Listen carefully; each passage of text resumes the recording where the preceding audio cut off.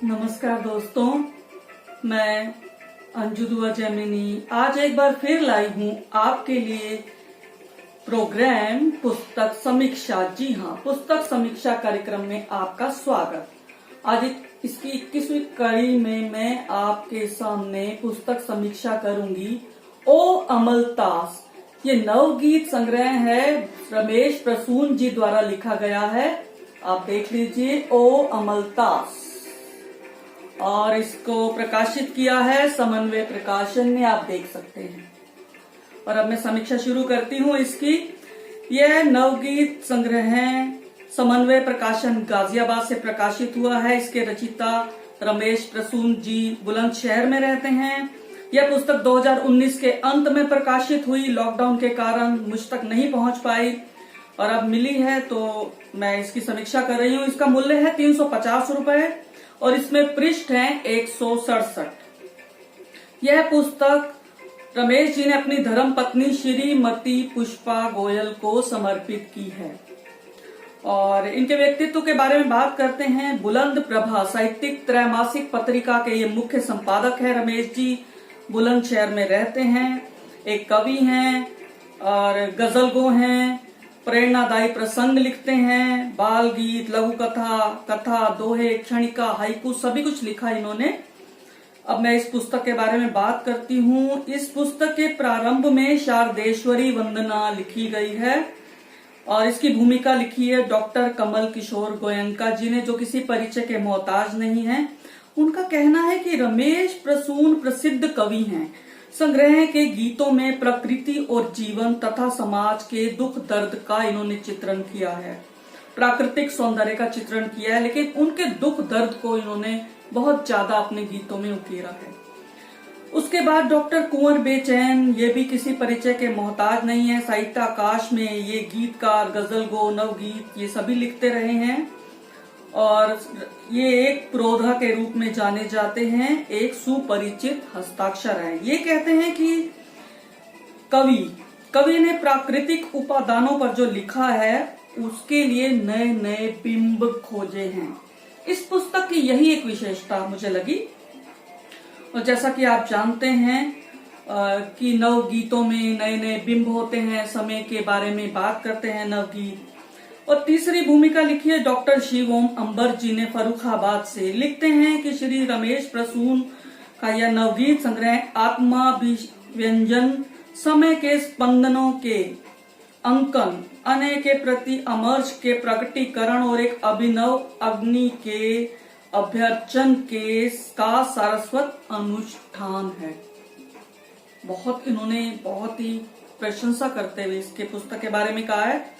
और अब मैं इस पुस्तक के बारे में अपने विचार प्रकट करती हूँ। मुझे इस पुस्तक में जो कुछ दिखाई दिया मैं आपके सामने लाती हूँ। इस पुस्तक में 62 गीत हैं, 61 गीत और एक सरस्वती वंदना। अमलतास के बारे में थोड़ा सा बता देती हूँ कि अमलतास के पत्तों को पीसकर लेप लगाने से त्वचा रोग दूर होते हैं। ये अमलतास की विशेषता है। पीले रंग के पत्ते होते हैं, फूल होते हैं, इस पे पीले रंग के फूल होते हैं, पत्ते तो हरे रंग के होते हैं। इसके पत्तों से चर्म रोग ठीक होते हैं और इसकी छाल का इस्तेमाल भी आयुर्वेदिक जो दवाएं बनती हैं उसमें इस्तेमाल किया जाता है। अमलतास के पत्तों का, फूलों का और छाल का। इससे बुखार वगैरह भी ठीक है। और नवगीत के बारे में बात करते हैं तो नवगीत ऐसी विधा है, इसकी प्रेरणा सूरदास, तुलसीदास, मीराबाई आदि रहे हैं।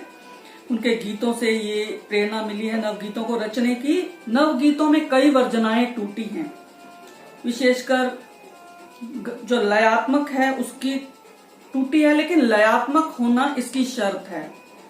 नवगीतों की भी शर्त लयात्मकता तो है ही है। इसमें नवगीत समय सापेक्ष हैं, यह इसकी एक खास इसकी विशेषता है। छंदों में लय व गेयता को महत्व तो देता ही है। छंदबद्धता जरूरी नहीं है इसमें, लेकिन अगर छंदबद्ध हो तो ज्यादा अच्छे माने जाते हैं नवगीत। और अंतरे की जो अंतिम पंक्ति होती है वह मुखड़े की पंक्ति के समकक्ष यानी तुकांत होनी चाहिए, ये इसकी एक विशेषता है। और अब इस पुस्तक के बारे में, इनके गीतों के बारे में मैं कहना चाहूंगी कि समय के मुख्य द्वार पर सांकल से थाप है इनकी पुस्तक के गीत। इनके गीतों में धुआं है जिसमें दम घुटना स्वाभाविक है। स्त्री विमर्श है कि स्त्री की क्या स्थिति है वो आप देख सकते हैं, लेकिन बहुत सुंदर प्रतीक इन्होंने जो प्रयोग किए हैं वह काबिल तारीफ है। इन्होंने उपमाओं का प्रयोग किया है और नई पीढ़ी जो दिशाहीन हो चुकी है उसके बारे में इन्होंने कविता लिखी है और स्त्री की स्थिति के बारे में कविता लिखी है। इनके गीतों में गीत लिखे हैं। इनके गीतों में धिक्कार है, प्रतिरोध है, अंगारे हैं, ज्वालामुखी है, वचन वक्रता है और है ललकार इनके गीतों में। और आसमां से जैसे आग बरसती है और मान लो कि अधर पर कपड़े की तरह किसी तार पर लटक जाए, ये है इनके गीत। इस तरह से है इनके गीत इस पुस्तक में। अब मैं इस पुस्तक के प्रथम गीत जो ओ अमलतास है उसको पढ़ देती हूँ, जैसे कि रवायत है मेरे इस कार्यक्रम की। इसका शीर्षक है ओ अमलतास। ओ अमलतास, ओ अमलतास, तेरे अंतस की स्व सुहास, हंस हंस कर बिखराती सुहास, लेकिन है मेरा जी उदास। तेरे तो झरते रहे फूल, इस उर में चुभते रहे शूल, ये शूल जगत जीवन के दुख, इनमें है युग का संतरास। ओ अमलतास, देखे तूने कितने बसंत पतझड़ का, लेकिन कहाँ अंत, हर बार झांकते मिल जाते नंगी ऋतु के उघड़े लिबास। ओ अमलतास, तू कहता जिसको घनी छांव, उस जगह पथिक के जले पांव, सारे छालों को छील गई उन्मत्त समीरण अनायास। ओ अमलतास, तेरी जड़ की बढ़ती शर्तें, धरती की तोड़ गई परतें, अपनी घाई का ध्यान नहीं, तुझको भाया नभ का विलास। ओ अमलतास, ओ अमलतास। इसी तरह बीच में एक मुझे कविता बहुत अच्छी लगी, नव पीढ़ी को ये प्रेरणा देती है या उसकी स्थिति कैसी है, क्या है, नई पीढ़ी क्या कर रही है उसके बारे में देखिए इनके विचार। एयर कंडीशनड हवाएं है इसका शीर्षक।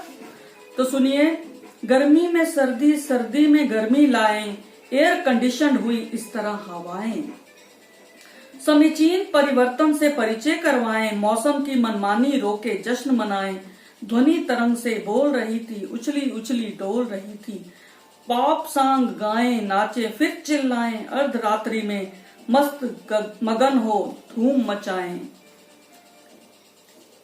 उसके बाद ये कहते हैं कि मार्शियान मंगल से बूझे, प्रेम प्रश्न क्यों रहे अबूझे, धरती के बदले दिल क्या नभ में लटकाएं, सैटेलाइट से अपनी पहचान कराएं, लिंग भेद का प्रेम पुजारी लिए घूमता सेक्स पिटारी, करे प्रचारित होमोसेक्सुअल कई कथाएं, प्रतिबंधों को तोड़ नए अनुबंध कराएं, लिव इन का लिबरेशन देखा, नहीं मिला जिसका कोई लेखा, लैपटॉप पर फ्रेंड्स नए ढूंढे ढूंढवाएं, डिजिटल युग है अब डिजिटल संबंध बनाएं, वैश्वीकृत है मन विकसित है, उम्र से पहले तन विकसित है, ये विकास के क्षण है, ऊंचे चढ़ते जाएं, चाहे फिर नीचे गिर जाएं।